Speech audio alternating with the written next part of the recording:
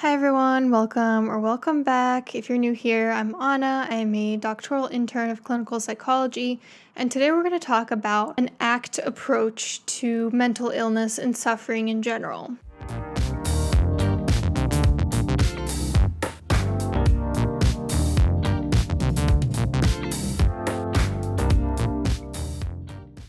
Now, if you're not familiar with ACT, it is acceptance and commitment-based therapy, which is a third wave CBT treatment, CBT being something that concerns itself with cognitions, things like thoughts, beliefs, attitudes, behaviors, and also emotions. And third wave meaning that it's not very rigid, like behavioral therapy or only cognitive challenging, that it is focused more on recent movements within CBT, which involve things such as mindfulness and honestly more spiritual concepts too. So I'm going to run through a few of the basic overarching concepts within ACT.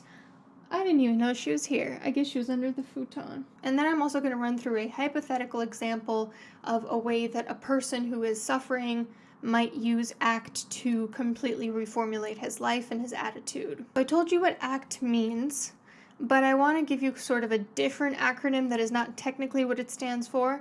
When you think about ACT, think about acceptance of your reality, commitment/connection to your values, and taking action towards those values. A lot of what I'm going to be talking about today specifically is from one book in particular called The Happiness Trap. If you're interested in these concepts, I suggest you buy that book, and I'm going to link it in the description box. ACT operates under the assumption that human beings are basically hardwired for suffering. If you think about evolutionarily back in the day, what are some of the ways that we ensured our survival and our safety? A lot of it was through avoidance of what we consider to be danger cues.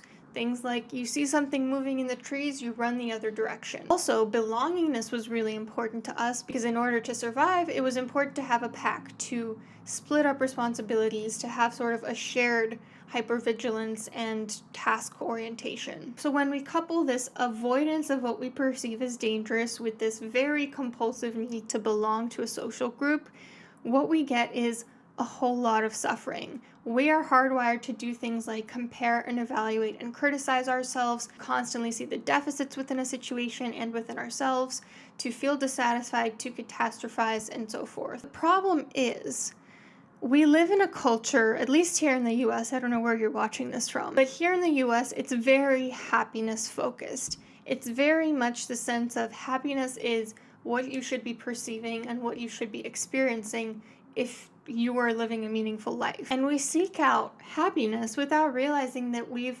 completely forgotten the meaning of it. Happiness as it was originally defined is a byproduct. It's something that happens by chance, not because you're actively seeking it out. Happiness is kind of like laughing in a way. It's something that happens automatically as a result of something else. If you go up to someone and you say, "Start laughing," they're not going to be able to do that. You have to say something funny or do something funny in order for them to start laughing. Happiness is just the same. You can't just tell someone else or tell yourself, just be happy, because you can only be happy if you're seeking out something else that gives your life meaning. And that is why happiness does not equal pleasure. I used to think this when I was younger, when I was in my late teens, early 20s. I used to think that happiness was adventure, excitement, adrenaline, a thrill. I thought of happiness kind of as going down on a roller coaster. And I later realized that's not quite happiness. Happiness can also be contentment. And so ACT operates under the assumption that the solution to finding happiness and minimizing suffering is actually acceptance and a commitment to your values. Why acceptance? I've talked about this before in my video on radical acceptance, but suffering is essentially pain times resistance. You suffer when you experience something painful, but you're resisting that experience. For example, you get broken up with, that pain is inevitable. You can't avoid pain in life. But if you resist the breakup, if you convince yourself, no, this is the only person for me, I need to do everything within my power to get them back, then that resistance is going to multiply the painful experience and turn it into suffering. Resistance is a form of control. Control is something that we all execute in our day-to-day lives about the environment and about ourselves. And when it comes to the environment, other people notwithstanding, it's important to control our environment in order to survive and to heal and to function. It's important for me to clean my apartment once a week because it makes me feel good. I like to have a clean surrounding. It promotes concentration and thinking when I don't have clutter around me. It wasn't always like this, let me just say. I used to be a very messy person and it did not used to bother me, but when you turn 25, when your brain is fully developed, I think something just flips on in your head. Control is not always bad. Back in the day, you would control your hut to make sure that a bear can't get in. You would control making sure that your village is near a body of water so that you have clean drinking water, things like that. Not bad to control your environment.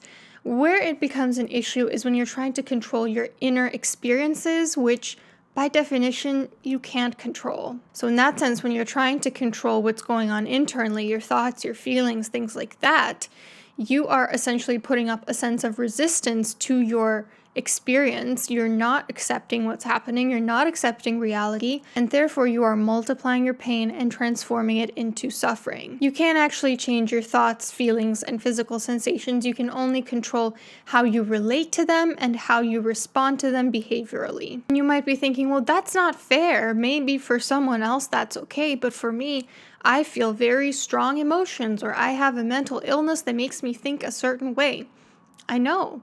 Life's not fair. That doesn't change the fact that we can't control this. And trying to control your inner experience can happen in a number of ways. It can happen in fight responses, things like suppressing them, resisting them, self-bullying, taking charge, or by flight responses, things like avoiding them, distracting yourself, numbing yourself. Your inner experience is like a beach ball.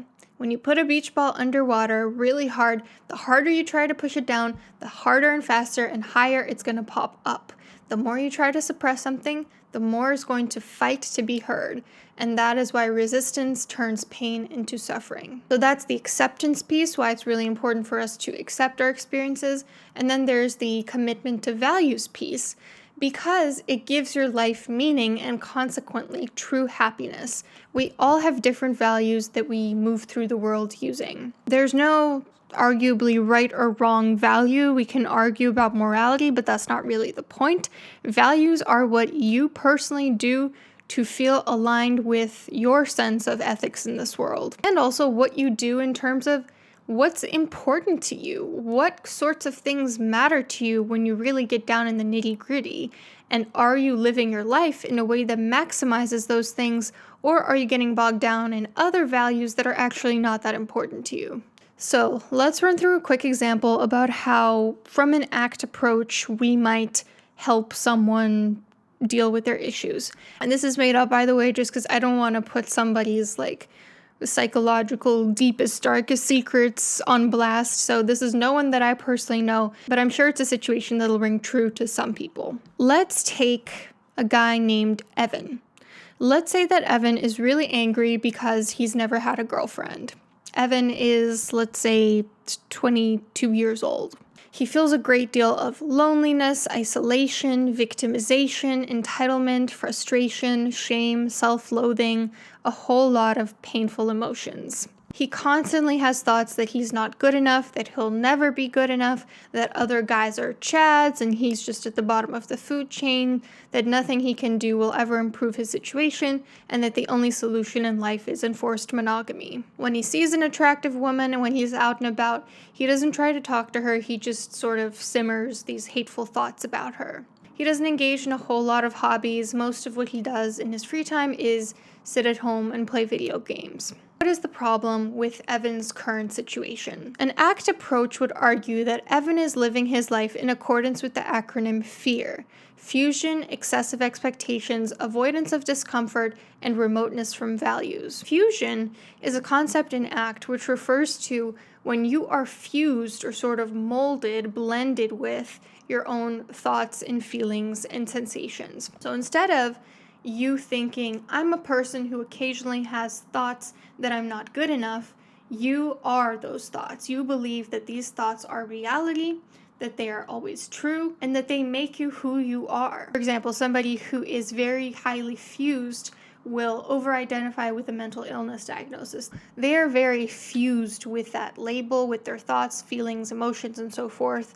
And so that's not a good thing, because they don't see that there's someone behind those thoughts, feelings, and so forth. There is an observer, an external consciousness that is observing all these experiences, but not necessarily is these experiences. There's this book, The Untethered Soul, that I read earlier this year, and it's not my favorite book. The first part of it is good in really getting you to understand the observer as self, but the rest of it is a little toxic positivity, wouldn't necessarily suggest it. But that first part is really crucial in explaining that who are you is a very elusive question. If I ask you, who are you? You might tell me your name, your age, you might tell me your job, certain roles that you hold, like mother, brother, teacher, whatever. You might tell me personality traits, you might tell me certain appearance traits that you hold, certain experiences that you've had, but none of it is really getting at the bottom of who are you. Because if you tell me I'm a 25-year-old woman, well, okay, next year when you're going to be 26, are you not going to be yourself? Or if you tell me I'm a teacher, okay, well, if you lose your job, do you suddenly stop being yourself? Or I'm a brother, okay, if you no longer are a brother, if your brother, God forbid, passes away, are you not yourself anymore?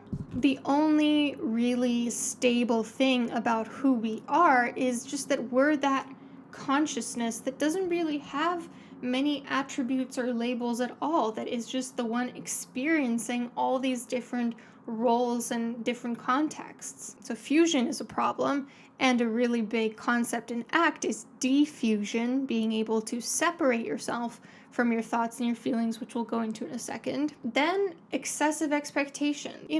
Evan might have this expectation that I need to have a girlfriend by age 20 or whatever, and now he's at the age of 22 and he doesn't, and he feels like he's not living up to some expectations that either society or himself have imposed on him. Avoidance of discomfort is really a sense of resistance to pain, and therefore higher amounts of suffering. So Evan is very much avoiding discomfort because he doesn't want to go through the trouble of challenging his thoughts about women and what they deserve in life, the discomfort of trying to improve himself rather than wallowing in learned helplessness, the discomfort of taking risks and the possibility of failure, as painful as that might be, and then remoteness from values, because Evan doesn't really have a sense of what his values are in life. We get a sense from his really strong want to have a girlfriend that maybe he wants connection or acceptance or love, but he's not really in contact with that. He's not really asking himself, what are my values and how do I take steps to act in accordance with those values? He is actually making steps that are very much not aligned with his values. So what can Evan do about his thoughts? When he's having one of these thoughts that are not helpful to him, that are not getting him closer to his goal, he can acknowledge them, name them, label them for what they are. He could label them limiting belief, cognitive distortion, not helpful thought, whatever in the world he wants.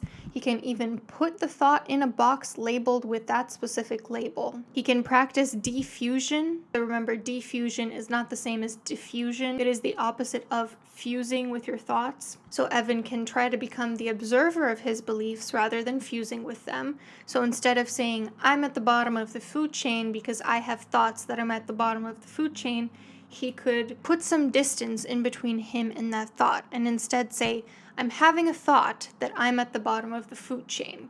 Doesn't mean it's true, doesn't mean it is who I am, it just means I'm having a thought.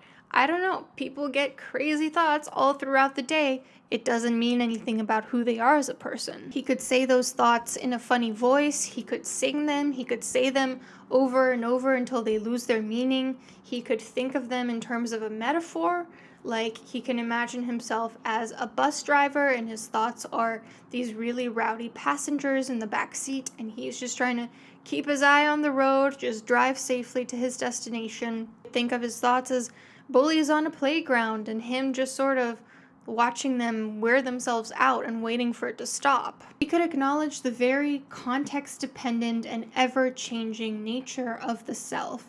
He could acknowledge that I'm not these thoughts are not necessarily true about me. Who I am as a person, I don't need to convince myself that I'm a Chad. I don't need to tell myself that I'm at the bottom of the food chain. I am not really either of those things. I'm just this spectral consciousness that is experiencing all these thoughts. I'm like a mountain, and these thoughts are snow and weather conditions coming down on the mountain.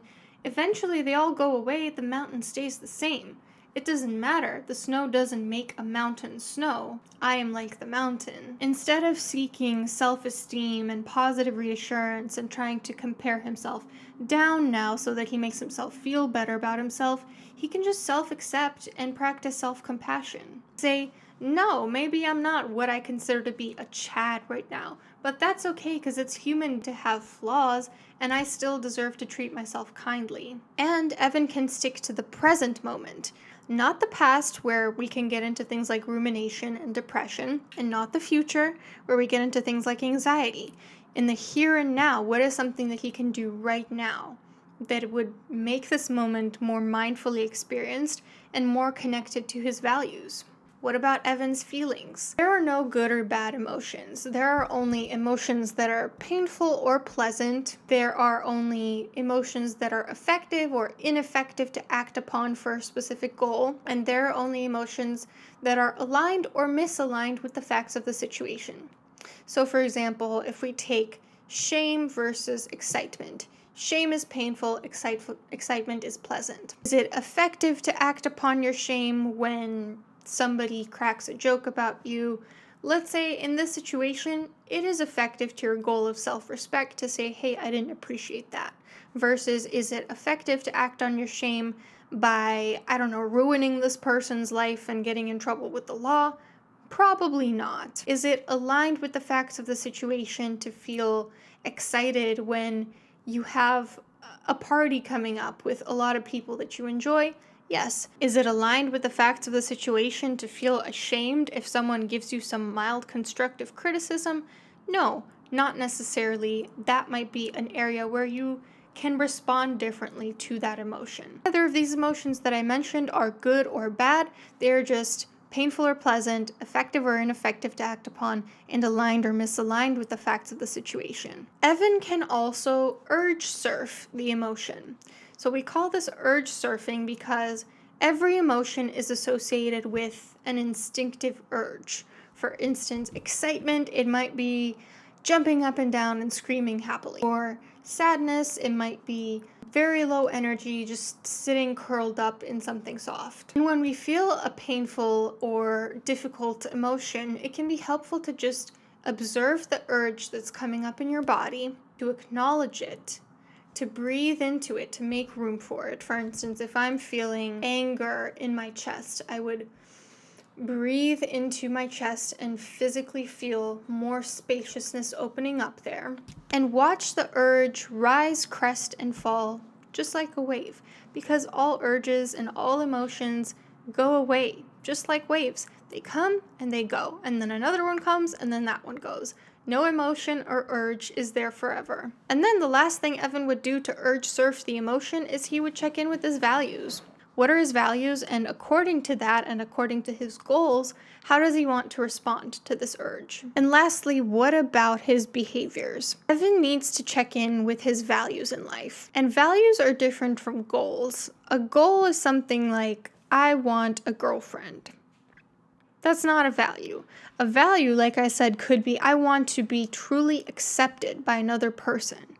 It could be, I want to feel intimacy with the people in my life. Values can certainly shape what goals we set, but it's important to get at the underlying value of a goal first.